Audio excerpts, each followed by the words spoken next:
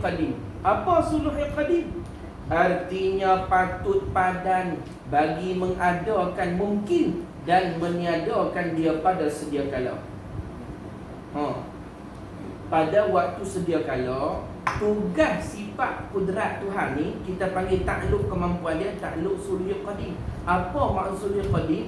Kepatutan, kelayakan, kemampuan Tuhan untuk mengadakan dan meniadakan makhluk pada masa tadi. Dia boleh buat, dia boleh perancang pada masa tadi.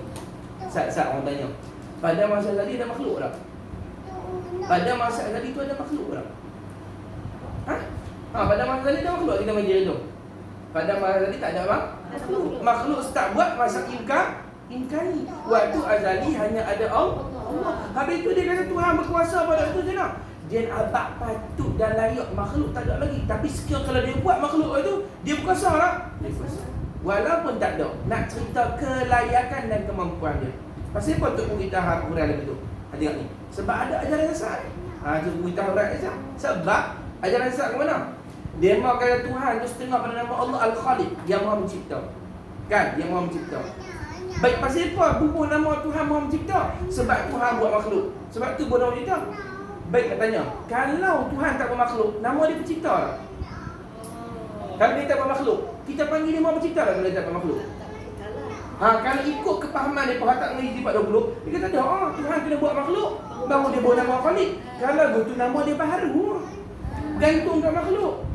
Nampak? Buat makhluk baru buat nama Khaliq. Dia, kita belajar apa? Bukan masalah dia buat. Dia tak buat pun dia tetap nama Khaliq. Sebab kita cakap tadi, suluhil qadim. Dia mampu buat.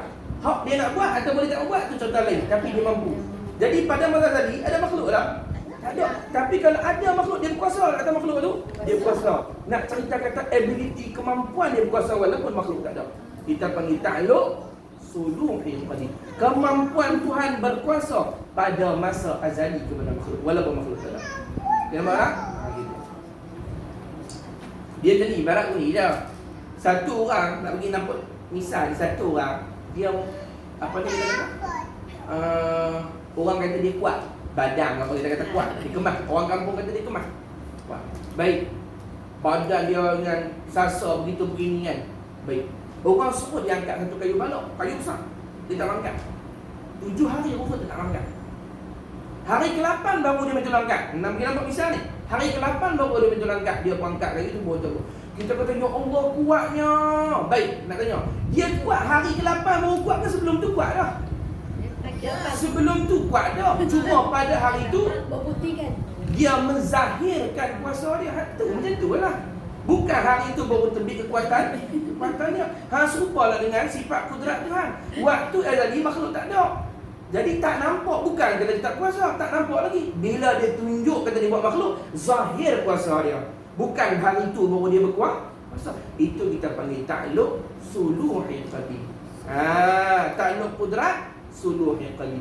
Kepatutan Tuhan berkuasa pada masa azal. Ni mula dia tunjuk. Dia kena tulis juga. Kalau tak tulis dia lagu bening-bening lalak dia tu. Tulis buat bening tak? Ada tak? Semua kata kena apa tak kata. Tak apa. Mengaji tak apa. Faham tak faham kita cakap lain kan. Bisa tak kita ulang-ulang. Allahumma salli ala Muhammad. Qudrat. Qudrat makna dia berkuasa. Berkuasa. Bagi dia ada ta'alluq. Ta'alluq tu maksud dia tugas atau kemampuan. Tugas sifat kalam. Sifat kalam tugas dia berkata-kata. Tugas sifat sama penjadian mendengar. Tugas sifat basar penjadian melihat. Itu tugas. Maka tugas qudrat ada 3. Pertama, asal ada 2 asal tapi kita boleh 8. Apa dia? Tugas sifat kudrat. Pertama, nama dia, tugas dia suluhil qadim. Suluhil qadim. Apa maksud suluhil qadim? Kepatutan. Tulis sikit. Kena tulis ni nampak dah sikit. Atau kelayakan Tuhan berkuasa pada masa azali. Kepatutan Tuhan berkuasa pada masa azali.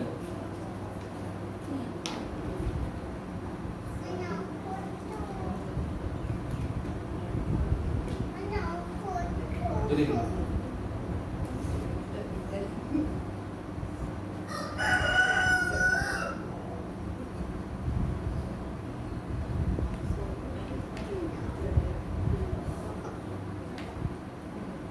Kepatutan Tuhan berkuasa pada masa azali.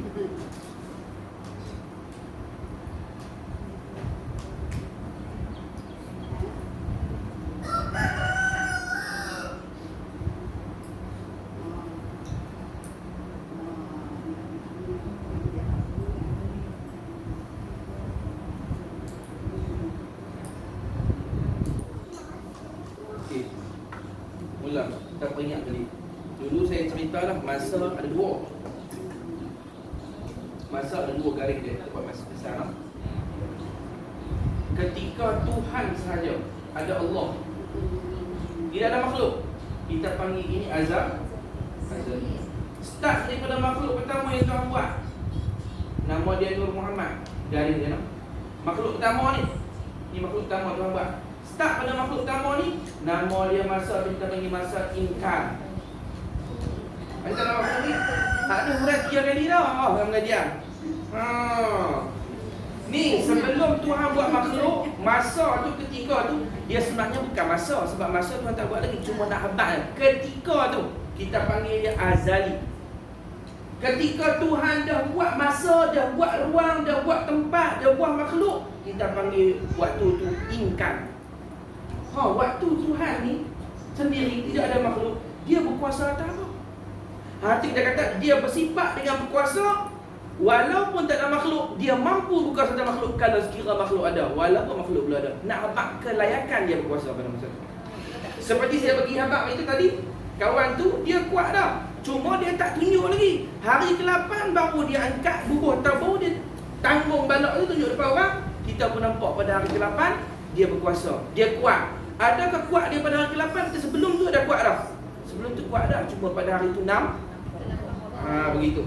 Hak ni waktu tak ada makhluk dia lah, kita panggil suluhul qadim. Kelayakan Tuhan berkuasa pada masa azali walaupun tak ada makhluk. Gitu.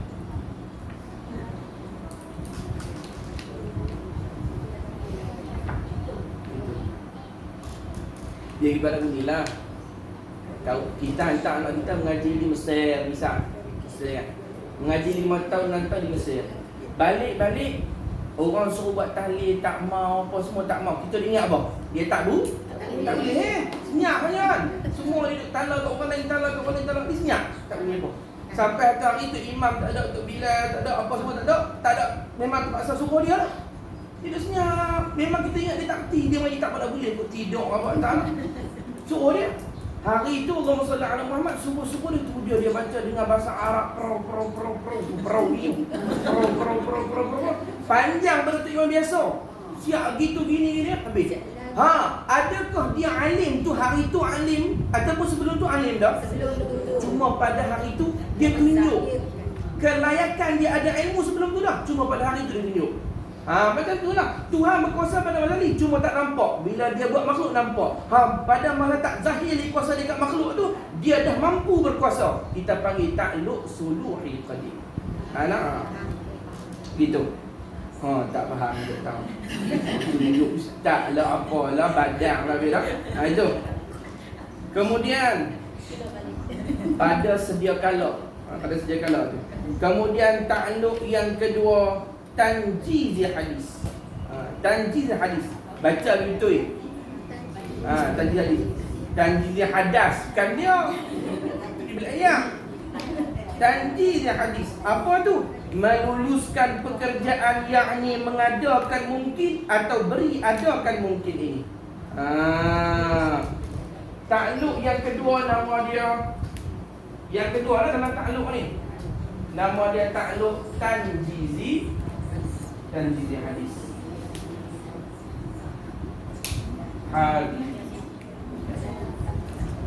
Apa tu? Meluluskan kuasanya pada masa imkan.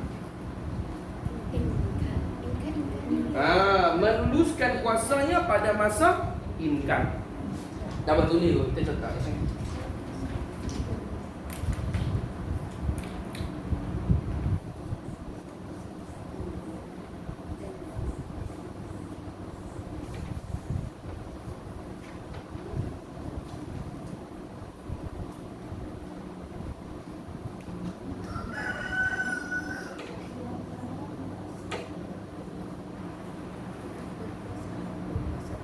Okey, takluk yang kedua daripada sifat kudrat, nama dia takluk tanjiz hadis. Bila sebut tanjiz bahasa Arab, maksud dia meluluskan. Jadi benda tu. Tanjiz hadis dia buat macam ni ibarat dia. Kan? Ni, Suluhul Qadim dia cerita tentang Tuhan mampu buat walaupun dia tak buat lagi. Cuma dia mampu walaupun dia tak tunjuk. Bila dia buat tanjiz hadis, dia zahirkan kuasa dia. Hatta bila dia hadis, dia buat. Tadi kita kata Tok Senyap Ustaz tu, Ustaz Ali Azhar tadi tu, tiba-tiba dia perau tu. Tu tadi dia hadis tu. Nampak kata dia ada ilmu. Tadi tak nampak. Tapi dia sudah ada ilmu. Begitu. Bila dia buat ni, kita ni dalam tanjiz hadis ni, dia dah buat dah. Nampak dengan mata kepala dah kekuasaan dia tu. Kita panggil tanjiz hadis. Nah, dia dah buat pada masa imkan. Jadi kita duduk tak mana ni? Kita duduk di masa imkan jangan azali lagi. Sebab tu orang tak dapat nak buat ke mana Tuhan tulis dah di azali tu kan. Mana tu tulis tu tak ada makhluk lagi. Dah ni bukan azali lagi dah. Azali apa lagi ni? Aminah apa dah ni? Ni ada dah ni. Azali lagi Allah SWT. Tak tahu Ustaz, saya tak tahu lah macam mana ke depan azali. Loh, ke depan azali pun saya tak faham. Ni bukan lah ni. Nak cakap macam kena. Aduh.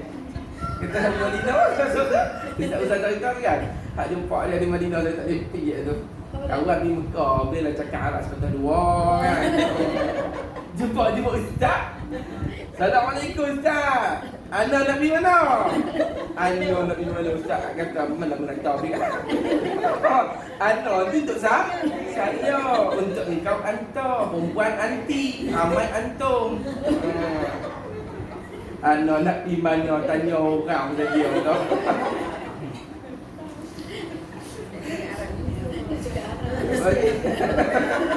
Jadi bibi Ustaz tu. Ni Allah Sallallahu Muhammad. Ana nak kencing ke dia?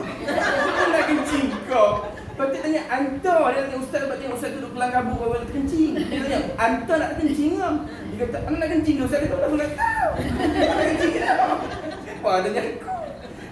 Tu istilah bahasa Arab tu. Allah Sallallahu Muhammad. Itu dia kata tak hujan lama dah hujan, alhamdulillah rezeki. Bagi tak hujan. Dia mau minta buat sembahyang istihadah. Bodoh. Aduh. Istihadah tu dah penyakit perempuan. Orang banyak istisqa minta hujan. Istihadah ya Allah. Hang minta darah. Itu tau. Istilah-istilah tu nak sebut. Fikir ada yang sebut tu malu orang. Ada sebulan saja ikhlas sikit kan. Baik, yang kedua daripada kudrat takluk tanjiz hadis, yakni meluluskan, dia perzahirkan, dia buat makhluk. Kita panggil tanjiz hadis, yakni meluluskan pekerjaan, yakni mengadakan mungkin atau berikan ada mungkin ini. Dia buat makhluk ni. Inilah takluk kudrat atas jalan ijmal. Inilah pengajian kudrat atas jalan ringkas. Kalau ikut fardu ain tak ada faham. Kalau fardu ain cukup dekat ni. Cuma untuk kita alang-alang tu dia hurai fardu kifayah sikit. Dia kata kalau halusi sikit bab tauhid ni dalam bab kudrat macam mana ni orang. Hak tu lepas dah. Kalau fardu ain tahu dua takluk ni bagi kudrat, sudah lepas fardu ain. Masalah dia dua ni pun tahu dah. Tak lepas fardu ain lagi. Kan gitu. Itu. Kemudian dia kata apa? Adapun atas jalan tafsir. Kalau aku nak cerita secara halusi, detail. Macam mana? Tengok dia kata, maka bagi kudrat itu 8 takluk. Ada 8 tu kalau jalan halusi. 2 pun dia kelang kabut ya. 8 pula. Tak payah tengok tadi, senang jadi ulang balik dah. Ada 8. Mana? Iaitu 2 takluk yang telah tersebut. Iaitu 2 tadi. Hak tadi lepas dah. 2 dah. Ada 6 lagi lah kira. 2 lepas dah. Mana? Ketiga, dah dua lepas hak ketiga. Ketiga, ta'alluq qabdah. Ta'alluq qabdah.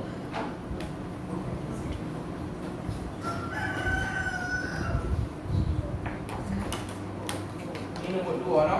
Nombor dua. Kalau itu fardu ain lepas lah. Tapi untuk kita mulai yang paling cepat yang sikit. Yang ketiga nama dia ta'alluq qabdah.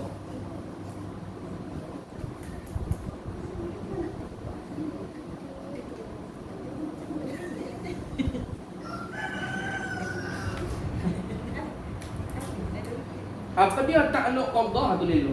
Ta'alluq qabdah.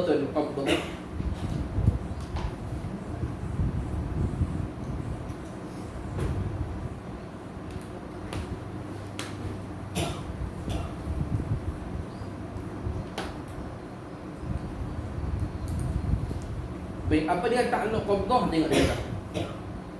Ketiga ta'alluq qabdah yakni di dalam genggaman kudrat, iaitu mungkin sebelum daripada Tuhan menjadi itu, di dalam genggaman kudrat. Jika Tuhan menghendaki akan dia, nescaya menjadi akan dia. Dan jika tidak menghendaki menjadikan dia, maka mungkin itu di dalam hal tiada semata. Itu ta'alluq qabdah. Jadi, lagi faham? Qabdah ni maksud dia dalam genggam, maksudnya dalam kehendak Tuhan. Kudrat, tapi nak contoh kudrat Tuhan ni dalam kehendak dia. Jadi kita bagi sebab iradat dia kait dengan ta'alluq qabdah ni dalam sifat kudrat. Baik iradat kudrat tak boleh kecap. Dia selari. Dia mesti mufakkar. Dalam genggaman Tuhan macam mana? Baik, tengok tadi. Ni. Pada masa azali makhluk tak ada kan? Kita tak ada kan? Kita tak ada. Yang ada hanya Allah. Dalam genggaman dia, yang dalam kudrat dia, sama ada daripada tak ada dia nak buat bagi ada, ataupun dia memang tak mau buat bila-bila. Itu bagi qabdah. Dia boleh pilih nak mengadakan ataupun nak mengadakan dengan kuasa dia. Pada kata kita mau kuasa, dia boleh pilih. Kita bagi qabdah. Yang kira kita ada ni, pada Tuhan pilih dalam genggaman dia untuk mengadakan. Okey, tak apa.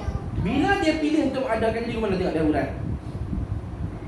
Keempat, ta'alluq qabdah pula dengan makna makhluk yang telah ada ini di dalam genggaman kudrat. Jika Allah Ta'ala menghendaki mengekalkan di atas hal ada ini, maka makhluk ini kekallah dengan ada begini. Dan jika menghendaki Allah akan meniada dengan makna mati pula, nescaya meniada akan dia.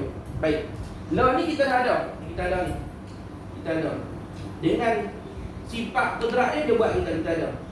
Walaupun kita dah ada, kita masih dalam genggam. Ya, dalam qabdah dia. Itu tak ada yang kelima pula. Sekali lagi ulang qabdah. Mana? Qabdah dia setelah kita ada. Tadi sebelum kita ada, dia boleh pilih nak bagi ada ataupun tidak. Sekarang dah ada pun masih dalam genggam dia. Sama ada dia nak kekalkan atau nak matikan. Macam kita ni bukan bebas. Kita masih dalam genggaman kuasa kudrat Allah. Boleh kekalkan atau boleh mematikan. Nampak tak tu? Sebab tu dulu Al-Marhum Baba Saleh, Tok Sami tanya dia. Tok Sami kau orang besar dengan kain kuning tu, tak kasut kan? Memang apa-apa. Dia kata nak tanya soalan. Tuhan ni dia buat alam ni, dia buat alam ni macam jam ke? Tahu jam. Kita buat bateri, kita set jalan ni. Ataupun tiap-tiap ketika dia pegang kita. Baba kata mengaji sebab kudrat mengerti. Memang sebab 20 aku. Aku nak cerita. Banyak orang yang pendek tu panjang pasal. Orang beritahu Tuhan dia buat kita, bukan dia buat lepas dulu. Kita selalu dalam genggaman kudrat dia. Dia boleh adakan, dia boleh kekalkan, dia boleh matikan. Apa aja kita ada boleh hilang. Macam mana kita boleh hilang, apa yang ada di kita pun boleh hilang. Misal, iman yang kita ada ni, dia dalam genggaman ni dulu, sebelum dia buat kita, dalam genggaman dia dah nak pilih kita ni nak bagi beriman ataupun tidak. Boleh dah. Lepas tu tanjizah hadis dia buat bagi kita iman. Hanya ada iman, tanjizah hadis. Lepas dia bagi, dalam genggaman dia lagi, sama ada dia nak kekalkan iman tu ataupun nak cabut. Dia cabut, lulus dia kena dia cabut, matilah kufur. Ataupun tak mati lagi tapi kufur. Bila dah kufur, masih dalam genggam dia, sama nak kekalkan kufur sampai mati ataupun nak bagi iman balik. Malah ada tak terlepas daripada genggaman Tuhan? Tidak. Kita boleh tak lepas qabdah. Tak lepas, buat lepas tu duduk. Sedia-sedia dalam kehendak, dalam kudrat dia. tak? Tu. Ada dia kata apa? Selepas dah dia buat, keempat, takluk qabdah pula dengan makna makhluk yang telah ada ini di dalam genggaman kudrat. Jika Allah Ta'ala menghendaki mengekalkan di atas hal ada ini, maka makhluk ini kekallah dengan ada begini. Dan jika menghendaki Allah Ta'ala akan meniada dengan makna mati pula, nescaya meniadakan dia. Dah ada dah ni, Tuhan boleh pilih belah ada ni, nak kekalkan atau nak matikan. Sebab tu kita belajar di dalam bab ada tak makhluk yang kekal?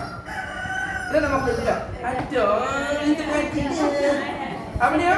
Syurga, neraka, roh manusia, apa ni, kalam, kursi, arash, lauh mahfuz. Pasti boleh kekal dalam genggaman dia. Yang mana dia nak kekalkan, dia kekalkan. Yang mana dia nak matikan, itu bagi takluk qabdah. Kalau tidak, Tuhan tak ada pilihan. Oh, kalau aku buat, aku tak boleh mati dah. Kalau aku mati pula, aku tak boleh hidup dah. Tuhan macam kuasa dia limited. Sekerat. Buat-buat, tak boleh buat barah. Dia buat masih dalam kuasa dia. Dia boleh kekalkan, dia boleh matikan. Hak mati, dia boleh bangkit balik ataupun nak biar terus. Tu baru takluk qabdah dalam genggam Tuhan. Tu. Tengok. Dia kata lagi, Allahumma salli ala Muhammad. Kemudian dia kata apa? Keenamnya takluk qabdah, yakni selepas mati mungkin ini di dalam genggaman pula, jika menghendaki mengada pula dengan menghidup kembali, nescaya mengadakan dia. Dan jika menghendaki mengekalkan mungkin dalam hal tiada lepas mati itu, maka dikekal akan dia dalam hal tiada. Oh, selepas kita mati pula, kan tadi dia bila kita ada dalam genggam dia nak bagi hidup atau mati. Lepas tu kalau kata dia mati pula, masih dalam, bukan kata mati dia buat apa dah, dalam genggam dia juga. Sama ada mati tu dia nak bangkit balik ataupun tidak. Hak ni lah orang kafir tak beriman. Dia kata Tuhan dah mati, mana boleh bangkit balik. Habis dia jadi hancur debu dah. Tuhan kata, apakah Tuhan yang mencantumkan tulang ulang tak boleh cantum balik kali kedua? Aku boleh buat, dia kata. Tu kita jalan Yasin. Awalaisal ladzi khalaqas samawati wal arda biqadirin ay yakhluqa mithlahum bala wa huwal khallaqul alim. Apakah engkau mengira Tuhan yang menjadikan langit dan bumi dengan kudrat dia itu tidak boleh mencipta semisal dengan yang seulang balik? Bala, bahkan bal huwa khallaqul alim. Dialah yang Maha mencipta lagi Maha mengetahui. Dia boleh buat balik exactly yang telah dia buat dulu. Itu dalam qabdah. Kita beriman tu.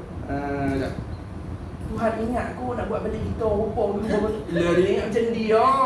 Dia tak kunci lagi kata mana tadi pun cari dah 5 minit tadi. Botang mana? Tak pegang ni. Dalam tangan ni. Dalam tangan lupa kalau di luar. Tangan apa? Dia pegang. Siapa dia yang kata tangan dia ambil je ni? Cerita kau. Oh, anak dia abang. Mak kata tangan. Kata mak. Itu dia. Tu kata makhluk tu. Benda di tangan pun tak berkuat. Tak tahu, tak sedar. Tuhan ni dalam genggaman dia tahu habis semua. Tak, dia berkuasa atas semua. Gitu. Allahumma salli ala Muhammad. Kadang-kadang bergaduh dengan anak. Abang nanti. Ambil kunci tak ke mana? Ni aku nak betal. Anak dia suruh betal. Nampak. Tu semua cuba tengok tu. Betal dia sendiri. Allahumma salli ala Muhammad tau. Marah belah kan. Begitu tu. Allahumma salli ala Muhammad. Kelimanya takluk amal dia bukan. Dia ketujuh tadi. Nak? Maka dia kata yang ketujuh tadi dalam genggaman, yang keenam tadi dalam genggaman Tuhan. Bukan yang ketujuh. Ketujuhan. Ketujuhnya takluk keenam. Keenamnya tadi Allahumma salli ala Muhammad, takluk qabdah, yakni selepas mati mungkin ini di dalam genggaman pula, jika menghendaki mengada pula dengan menghidup kembali, nescaya mengadakan dia. Dan jika menghendaki mengekalkan mungkin dalam hal tiada lepas mati itu, maka dikekalkan dia dalam hal tiada. Makna kata lepas mati, dalam genggaman dia pula ada mati itu, dia nak hidupkan balik atau tidak. Sebab tu tengok, nanti dah di akhirat semua makhluk bangkit balik ke sebahagian dia bangkit? Sebahagian dia, bukan semua bangkit balik. Binatang mata bangkit apa? Dia bukan nak risau. Bangkit kebau bermatang dua apa? Kan nak boleh pergi bajak sawah apa kan? Tak ada lah. Hanya yang dibangkitkan ini itu jin, manusia, malaikat. 3 saja. Syaitan masuk dalam jin. Bangsa tinggi tu. Pangkat tinggi tu. Jadi 3 dia bangkit. Malaikat tak kena hisap pasal daripada awal dia pemaksum. Yang nak kena hisap apa dia? Jin dengan manusia. mana? Tu kita beriman tu dalam qabdah, dalam kuasa Tuhan. Yang dah mati dia boleh bangkit balik. Begitu. Yang ketujuhnya ya. Baik, ada riwayat menyebutkan bahawa ada ulama menyebutkan, ada riwayat kata nanti binatang pun ada yang dibangkitkan. Tapi bukan semua juga. Binatang yang terbabit dalam hal kejadian. Kejadian apa? Misal ulama kata dalam kitab Syarh Usul dah sebut. Dalam kitab Princess Kalam-Kalam pun sebut. Contoh, kebau ni dulu, dia pernah pergi tanduk kebau ni. Berdarah-darah kebau ni. Kebau tu sakit ke mati ke tak beli tapi cedera. Esok dah harap bangkit balik kebau tu. Bangkit balik kau balik. Bangkit balik buat mana? Tuhan balas balik dosa. Bagaimana? Hak kebau ni tanduk balik kebau kena tanduk dulu. Tanduk pergi luka, lepas tu percaya dia debu balik. Hak tu dia bukan dia hisap di syurga neraka. Dia sekadar risau. Tapi itu pun masih ada khilaf. Cuma kalau nak bangkit pun masih lagi binatang yang terbabit. Tak nak kena mengena apa orang dia makan rumput tak kacau orang. Kan? Kita bangkit juga. Begitu Allahumma salli ala Muhammad. Hari itu bila kita bangkit di pada mahsyar, Tuhan tukar. Jin nampak kita, kita nampak jin, jin pula tak nampak kita. Tuhan ganti balik. Lalu kita nampak jin, jin nampak kita. Esok di akhirat Tuhan tukar, manusia nampak jin, jin tak boleh tengok manusia pula. Tarahum hayy apa ni? Allah ya Quran dia lupa. Qabiluhum min haitsu la huwa qabiluhum min haitsu la taranahum. Tuhan kata mereka kalian melihat mereka dari dalam, mereka tak dapat lihat kalian. Pada hari kiamat nanti Tuhan tukar lagi pula. Tu Allahumma salli ala Muhammad. Kemudian ketujuhnya ta'alluq tanjizi hadis, yakni mengada pula. Lepas dia mati tu sekali lagi tanjizi hadis macam mana daripada makhluk tak ada kepada ada kan? Kepada waktu azali kan? Sekarang sekali lagi dah mati semua tak ada pada makhluk, dia ada balik, kita panggil tanjizi hadis, buat pula. Tunjuk pula kekuasaannya, dia mengada balik makhluk yang telah dimatikan. Macam awal-awal dulu pada masa azali. Kemudian Allahumma salli ala Muhammad ada apa? Ketujuhnya apa ni? Ketujuhnya ta'alluq hadis, yakni mengada pula dengan maknanya menghidup kembali kemudian daripada mati. Hak dah mati tu dia buat balik. Kemudian dia kata lagi apa? Ke-8-nya ta'alluq qabdah pula, dengan maknanya mungkin selepas hidup kembali itu di dalam genggaman Tuhan, jika menghendaki ia akan meniada pula, maka meniada ia akan dia. Dan jika menghendaki ia mengekalkan di dalam hal ada selepas hidup kembali itu, maka diekalkan dia di atas halnya. Kita kan tadi mati, Tuhan hidup balik kan? Di akhirat kita bangkit balik. Bangkit balik tu pun dalam Allah Tuhan. Tuhan boleh nak kekalkan atau nak mati sekali lagi, Tuhan boleh buat ulang-ulang pun tak ada masalah. Cumanya Tuhan dah habaq janji dia dalam kita belajar hukum aridi. Dia kata bila bangkit balik nanti di akhirat hidup selama-lamanya. Cumanya nak habaq dari segi mampu dah dia nak berhenti balik. Mampu dia matikan balik, dia buat pula kali ni. Cuma dia janji kata yang bangkit balik nanti kekal dan syurga kekal dan neraka kekal. Itu saja. Macam mana istilah kekal tu? Masa yang tidak ada hujung. Kalau ada neraka, kekal tak ada hujung. Macam mana tu? Masa yang continuous, yang berterusan, tak ada limit, tak ada hujung. Dalam neraka kena risau. Dalam syurga, tapi Tuhan buat pelik dalam syurga ni, lama macam mana pun tak jemu. Sebab tiap-tiap hari benda baru. Sampai disebut dalam kitab, buah kita makan satu buah. Bapa solat contoh, buah kita nak makan dalam syurga ni. Misal pisang, antara buah dalam syurga pisang, Nabi sebut. Tapi bukan macam kita pisang kita. Kalau pisang kita ini jemu hari-hari. Bapa solat kata bila kita kupas tu makan, kali pertama makan rasa lagu lain. Kali kedua rasa lagu lain. Tiap-tiap kali makan lagi sedap, tak pernah jemu. Tu pelik syurga ni. Lepas tu ulama kata, Nabi kita Muhammad ni, dia khazanah daripada syurga. Nabi Muhammad ni khazanah daripada syurga. Perbenaran syurga, harta pada syurga Nabi ni. Pasal apa? Pak Nabi ni ulama kata, setiap kali tengok, rasa dia lain, tak sama. Lepas tu Nabi tak jemu. Kalau Tok Guru sayang-sayang mula-mula pun jemu ke? Kalau Tok Guru lagi, panggil Tok Guru lain tak kan? Abang, ni pun kita tak habis apa nak? Abang tak ada, panggil Ustaz lain pun kan? Abang tak ada. Tapi Rasulullah ni pelik dia. Kalau kita tengok pilah beribu kali pun, setiap kali tengok rasa dia lain, sedap dia. Kenikmatan tengok dia Rasulullah. Macam manusia biasa. Manusia biasa pengen jumpa, lama-lama jumpa rasa dia Nabi dah. Banyak kali mana jumpa pun, banyak kali itu dah duduk seronok tengok Rasulullah sallallahu alaihi wasallam. Itu Sayyidina Abu Bakar Siddiq radhiyallahu anhu kata, Dia kata, aku ada 3 benda aku suka. 3 benda aku suka. Nabi tanya kepada Abu Bakar, Nabi tanya Umar, Nabi tanya Uthman, Nabi tanya Ali, Nabi tanya Abu Dzar Al-Ghifari, Nabi tanya beberapa sahabat soalan yang sama. Nabi nak dengar jawapan masing-masing. Kamu suka apa? Kamu suka apa? 3 benda abang. Sayyidina Umar kata, aku suka berperang di jalan Allah.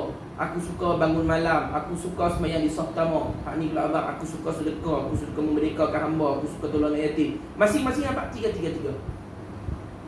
Tapi Sayyidina Abu Bakar As-Siddiq ni jawapan dia pelik daripada orang lain. Jawapan dia 3 tapi nampak tujuan dia sama. Rasulullah tanya, wahai Abu Bakar, apa tujuan kau? Apa benda yang paling kau suka dalam banyak hidup kau ni? Amal apa boleh suka? Dia kata, mula-mula aku suka sekali tengok muka kau ya Rasulullah. Dia pergi Nabi. Yang kedua, aku suka buat bagi kau senyum ya Rasulullah. Yang ketiga, aku suka berkeluar harta aku untuk membahagiakan kau ya Rasulullah. Semua Rasulullah. Sebab Sayyidina Abu Bakar ni pangkat dia tinggi daripada sahabat-sahabat lain. Walaupun sahabat-sahabat lain buat amal juga. Pasal apa? Pasal Sayyidina Abu Bakar ni cinta dekat Nabi luar biasa. Sallallahu alaihi wasallam. Itu ada ulama kata, orang yang cinta dengan amal mana tinggi di pangkat dia? Orang cinta lagi tinggi daripada pangkat amal. Walaupun orang boleh cinta, dia buat amal lah. Cuma nak kalau dia kurang buat amal, tapi cinta dia betul-betul kat Nabi, dia lebih tinggi pangkat daripada orang buat amal. Misalnya orang ni Quran memang tak berhenti. Quran ada hari 3-4 juzuk, sembahyang malam sampai 20 rakaat, 30 rakaat, sedekah banyak. Tapi bab-bab Nabi ni dia adalah salawat juga. Tapi nak abad atau rindu turut-turut tak ada, sikit-sikit gitu je. Kawan ni dia amal sikit-sikit je, buat fardu je, sunat pun lebih kurang. Tapi kalau sebut Rasulullah menangis, sebut Rasulullah, dia lagi tinggi pangkat di sisi Allah Ta'ala. Sebab apa dia? Kaedah kata ulama kata, kurangnya amal boleh ditampung oleh lebihnya cinta. Tapi kurangnya cinta tidak boleh ditampung oleh lebihnya amal. Tak boleh. Buat amalnya ulama kalau kurang cinta, darjat kurang di sisi Tuhan. Tu lebih amal dengan cinta. Cintanya amal hati. Dia perbuatan hati. Bila hati dia tahu pangkat hati dengan amal tubuh badan, amal hati lebih tinggi. Saya contoh dulu almarhum Bapa Saleh dulu rahimahullah taala. Ada satu orang makcik umur 70-80 begitu. Dia rajin dengan mengaji kat di pondok dulu, pondok Sik. Saya suka main kat sini sebab saya kalau main kat sini saya teringat Bapa Saleh, almarhum Bapa Saleh. Sebab suasana mengaji di sini macam di sana di pondok dulu. Sebab dulu mengaji di pondok muslimat ramai. Lepas tu muslimat orang perempuan orang ngaji. Orang lelaki ni mengaji juga, cara dia lah kitab tak rawak kadang-kadang. Main-main daripada awal tidur dah. Orang perempuan dia rajin dengan pen, liquid paper, highlight, semua lah. Whiteboard pun dia tolong bawa kan. Dia punya rajin-rajin orang perempuan. Saya tanya, Bapa Saleh mengajak perempuan ramai ni kan. Memang teringatlah peristiwa tu. Bapa mengajak orang perempuan ni jadi pelembut, cerita sikit bab Nabi, orang perempuan teriak. Orang lelaki biasa cara dia. Dia kalau orang perempuan dia teriak, dia apa, dia teringat kan, menulis, mengajak dia, kita mengaji. Kalau Tok Guru tengok kita bersungguh, Tok Guru lagi bersungguh 2 kali dengan tu. Tapi kalau dia main-main, semua kitab pun tak bawa, tulis pun tak, menyembang daripada awal habis, pakcik mana macam mana? Makan ubat apa,